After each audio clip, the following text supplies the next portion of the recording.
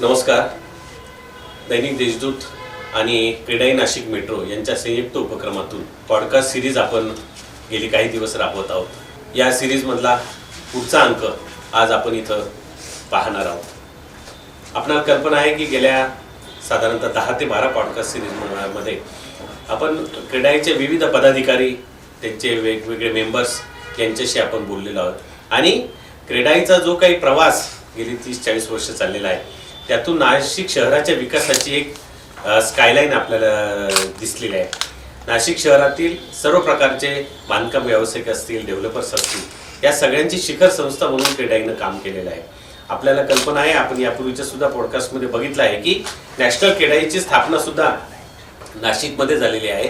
आणि क्रीडाई ही जी काही संस्था आहे बांधकाम व्यावसायिकांची, हिला एक संस्थात्मक रूप हे नाशिकला मिळालं. मग जितूबाई ठक्कर असतील, राजे गावकर सर असतील किंवा रामेश्वर साडा असतील, असे अनेक दिग्गजांनी त्या काळात हे इवलंसं रोप लावलं आणि त्याचा विलू गगनावरी कसा गेला हे आज आपण बघतो आहोत. 550 मेंबर्सच्या पुढे नाशिक क्रीडाईचीच आता मेंबरशिप गेलेली आहे. तर अशा एका वेगळ्या संस्थेबरोबर देशदूतनं हा उपक्रम आता राबवला आहे. आणि तो नाशिककरांना, ज्यांना घरं घ्यायची आहे, ज्यांना या व्यवसायात काम करायचं आहे, अशांसाठी सुद्धा प्रेरणादायी ठरल्याचं गेल्या काही दिवसात दिसलेलं आहे. आज आपल्या इथं आणखी क्रीडाईचे नवीन मेंबर्स इथे आलेले आहेत. मी स्वागत करतो अनंत ठाकरे यांचं. आदित्य डेव्हलपर्सचे आहेत आणि क्रीडाईचे मॅनेजिंग कमिटी मेंबर आहेत. त्याचबरोबर श्री बालाजी कन्स्ट्रक्शनचे गौरांग ओझाजी, आपले मनपूर्वक स्वागत. आणि कलश डेव्हलपर्सचे प्रशांत पाटील हे आज इथं आलेले आहेत. ही सगळी मंडळी अत्यंत कष्टातून यांनी आपला व्यवसाय उभा केलेला आहे. अनंत ठाकरे स्वतः BE सिव्हिल आहेत आणि धुळे जिल्ह्यातील शिंदखेडा तालुक्यातील पडावत या छोट्या गावातून ते पुढे आलेले आहेत.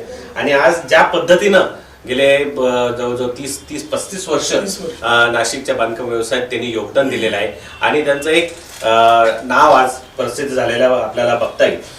श्री बालाजी कन्स्ट्रक्शनचे गौरंग ओझा हे यांच्या सिस्टर कंपनीचेच मेंबर्स आहेत. त्यांची स्वतःची वेगळी कंपनी आहे.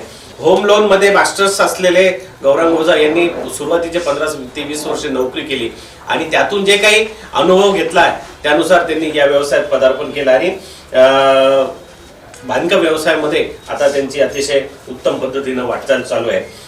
प्रशांत पाटील हे देखील इंजिनिअरिंगचं शिक्षण घेतलेले आहेत. कलश डेव्हलपर्स आहे, ते धुळ्याचे आहेत. म्हणजे आज सगळा मना गाव मना देश खानदेश असं असल्याचं दिसतंय आपल्याला.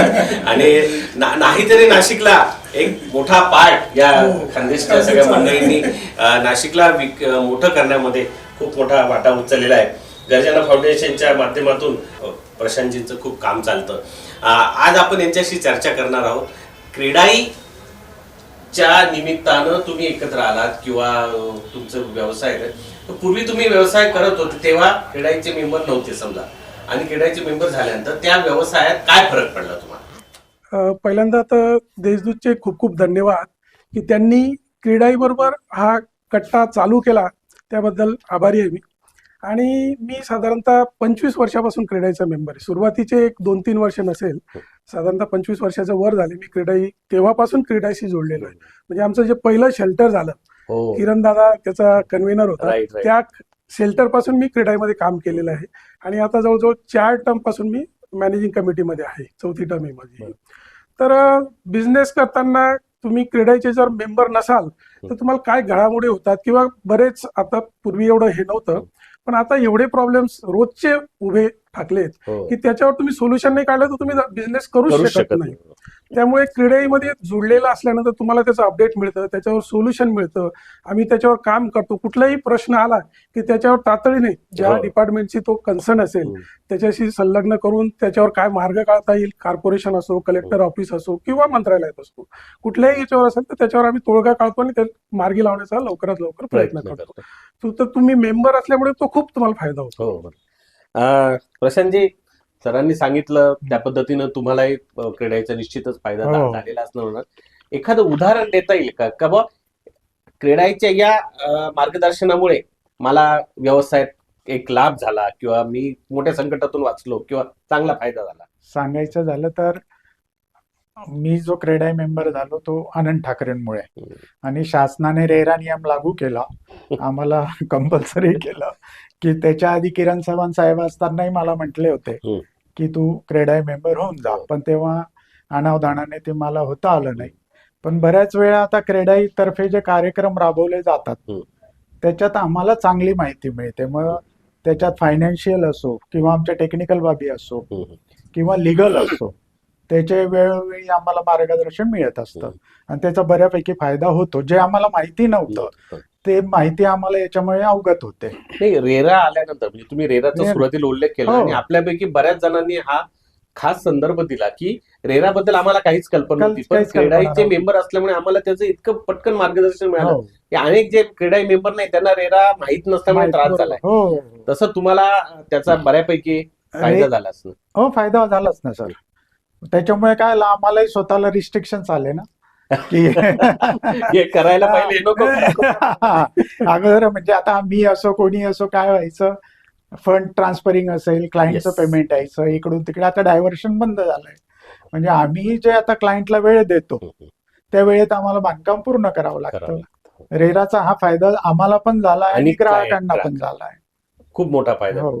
गौरांगजी, तुम्ही आता ठाकरे साहेबांचे सहकारी आहेत आणि होम लोन क्षेत्रात तुम्ही खूप काम केलेलं आहे. बरोबर. म्हणजे आयसीसीआयची पहिली franchise होम लोनची आमच्याकडे. फाईल तुम्ही केलेली आहे भारतातली. हो. हा फार मोठा योग आलेला आहे आपल्याला. तर तुम्हाला कसा, म्हणजे तुम्ही ऑलरेडी त्या क्षेत्रामधले तज्ज्ञ होतात आणि मग क्रेडाईचा आणि तुमच्या या अभ्यासाचा काय फायदा झालेला आहे, म्हणजे एकूण क्रेडाईला पण आणि तुम्हाला? थँक्यू व्हेरी मच तुम्ही मला इथे बोलवल्याबद्दल. आणि मी असं म्हणेल की मी एक दुवा आहे, बिल्डर आणि फायनान्स मधला मी एक दुवा आहे. मी स्वतः बिल्डरशिप केल्यामुळे त्यातले प्रॉब्लेम्स कळलेत मला. कळले. आणि तुम्ही पाहिलं असेल तर मी भरपूर म्हणजे 15 ते 20,000 प्रपोजल्स नाशिकमध्ये मी केलेली आहेत Okay. होम लोन्सची. त्यामुळे हे एका त्यांच्याबद्दल बोलतील त्यांच्याबद्दल मी सगळ्या बिल्डर बद्दल बोलू शकतो मी की एक नाशिक एक चांगली जागा आहे जिथे तुम्ही विश्वासाने ना आपली प्रॉपर्टी घेऊ शकता. त्याचं कारण सांगतो मी. एक तर मी फायनान्सचं काम करतो त्यामुळे मला प्रत्येक फायली लिगली क्लिअर पाहिजे असतात. तर त्या दृष्टीने पाहतो तर मला असं कधी प्रॉब्लेम नाही आला. म्हणजे जरी रेरा जरी आला तरी रेराला घाबरण्यासारखं नाशिकमध्ये काही नव्हतं, कारण सगळे सिस्टमॅटिकलीच काम करत होते. त्यांच्या सिस्टीम्स, त्यांचे फाईल्स, त्यांचे ते कन्स्ट्रक्शन ऍक्टिव्हिटी आणि कम्प्लिशन हे प्रॉपरली घेतलं जात होतं नाशिकमध्ये. मी पाहिलंय, कारण एवढ्या बिल्डर्सची माझं कॉर्डिनेशन झालेलं आहे. त्यामुळे हा प्रॉब्लेम म्हणजे जरी रेरा आला, हा एक नियम आला, पण आम्ही त्या नियमामध्येच सगळे काम करत होतो. आणि क्रीडा एक इतकं चांगलं एक सिम्बॉल मिळाला आम्हाला की त्यामुळे आम्हाला ग्राहकांचा विश्वास संपादन करता आला की नाशिकची लोक तर चांगलीच होती. हे मी तुम्हाला सांगतो, म्हणजे याच्यावर सांगतो की डंके की चोट पण सांगतो तुम्हाला की नाशिकचे बिल्डर हे इतके चांगले आहेत की त्यांच्याबद्दल बोलणं म्हणजे मला की आम्हीच नाही तर आम्हीच रिजेक्ट करणार ना, फायनान्स होणारच नाहीये. आणि आता या फायनान्स म्हणजे एवढं चांगलं झालंय की त्यामुळे मला आहे ना की मी बिल्डरशिपकडे पण भरपूर काम केलेलं आहे आणि त्याचप्रमाणे मी फायनान्समध्ये काम केलेलं आहे. त्यामुळे मला या दोघांच्या मध्ये जे काही क्लिअरन्स पाहिजे असतं ते सगळं क्लिअर मिळालेलं आहे. त्यामुळे मला एक क्रीडा ह्या चांगली मला हे मिळालेली रिप्रेझेंटेशन करायला, आणि त्यामध्ये त्यांनाही एक चांगला दुवा मिळाला की मी एक बँकिंग काम केल्यामुळे आणि एवढं चांगले वस्तू अवेलेबल आहेत नाशिकमध्ये हे मी सांगू शकतो नाशिक लोकांना. गौरंगजी, फंड मॅनेजमेंट मध्ये तुम्ही काम केलं असेल, म्हणजे आता तुम्ही होम लोनच्या याच्यात काम केलं, जसं प्रशांतजींनी सांगितलं की बघ काही गोष्टी माहीत नसतात आणि क्रेडाईचं मेंबर होणं किंवा बिल्डर व्हायला काही स्पेशल क्वालिफिकेशन नाही लागत. आजही कोणा ज्याच्याकडे जागा तो उठतोय, बोर्ड लावतो आणि बिल्डर होऊन जातो. परंतु जेव्हा रेरा आला आणि त्यानंतर फंड मॅनेजमेंटची एक सिस्टीम कळायला लागली लोकांना. आता जसं प्रशांतजींनी सांगितलं, पूर्वी आमच्याकडे आलेले पैसे आपण वेगवेगळ्या कारणासाठी वापरत होतो किंवा आज केलेल्या एखादा प्रोजेक्ट 2 वर्ष 3 वर्ष 4 वर्ष चालायचा, जसे पैसे येतील तसे करायचे वगैरे. पण या फंड मॅनेजमेंटमुळे म्हणजे रेरामुळे आला आणि फंड मॅनेजमेंटचा जो काही उपयोग सध्या केला जातोय त्याबद्दल तुमचे काय अनुभव आहेत का? म्हणजे तुम्ही काही मदत केली किंवा तुम्हाला स्वतःला त्यातून काही फरक पडला वगैरे? नाही, आता कसं झालंय की या रेरा सिस्टीम मुळे ना एक डिसिप्लिन लागलेलं आहे.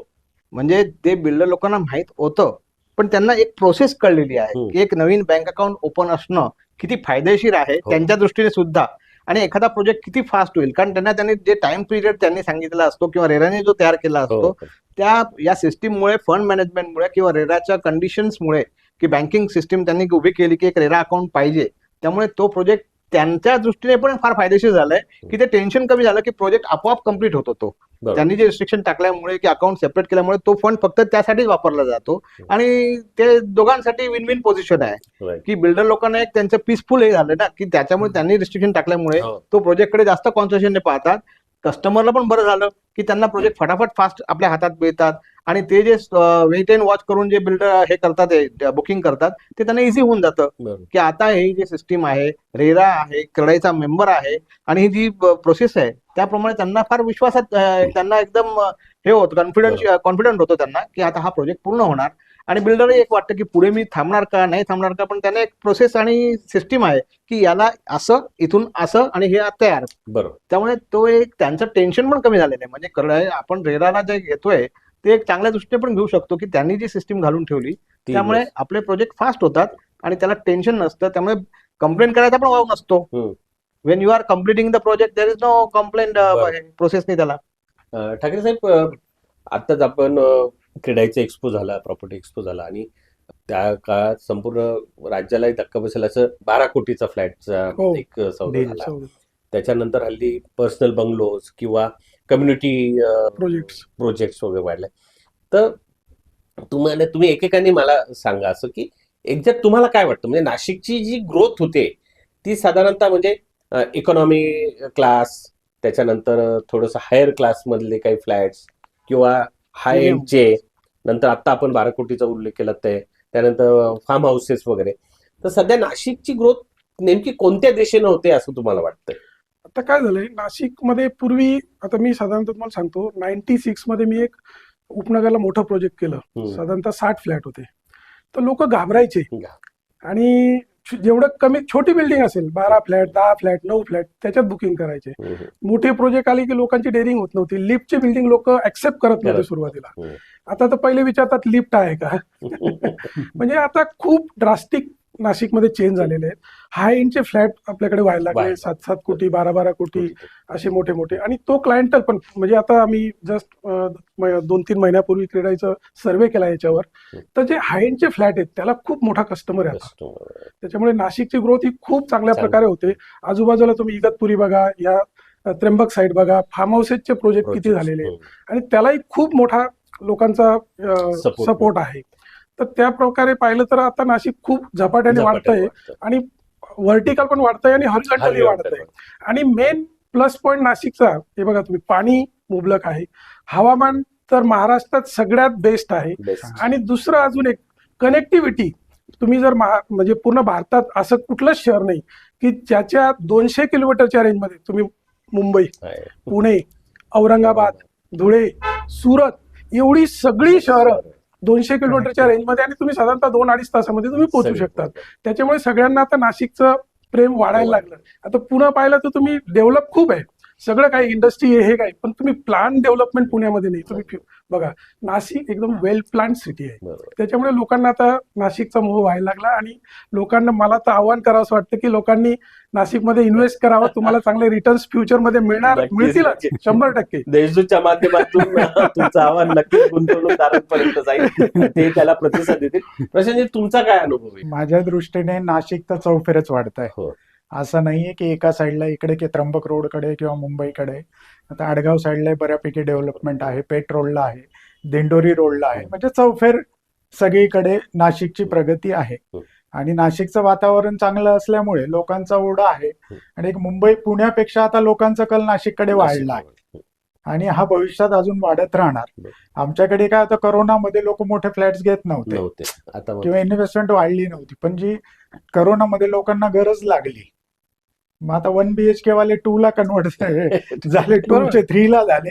आमची हिंमत नाही व्हायची. आता गोविंदनगर सारख्या परिसरात आम्ही काम करत होतो तर 70-75 लाखाचा फ्लॅट असायचा तर आम्हाला विकायला अडचण व्हायची. आता आमच्याकडे 1.5-2 कोटी पर्यंतचे फ्लॅट घ्यायला बऱ्यापैकी म्हणजे कस्टमर्स अवेलेबल असतात. गौरंगभाई, आता हे दोघांनी साधारणतः हाय एंडचे आणि ते सगळे सांगितले, एकूण ग्रोथ नाशिक जशी होती, परंतु इकॉनॉमिक फ्लॅट्स जे आहे म्हणजे वन रूम किचन संदर्भातला किंवा ज्यांना आता पूर्वी जे छोट्या घरात किंवा भाड्याच्या घरात असते पण त्यांना आता घर घ्यायचे, तर तो जो सेगमेंट आहे त्याची काय स्थिती नाशिक मध्ये सध्या तुम्हाला काय वाटतं? फार चांगला प्रश्न आहे की त्याची परिस्थिती आता फार चांगली आहे सर.